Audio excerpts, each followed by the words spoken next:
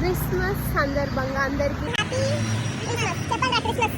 lungi lungi aunty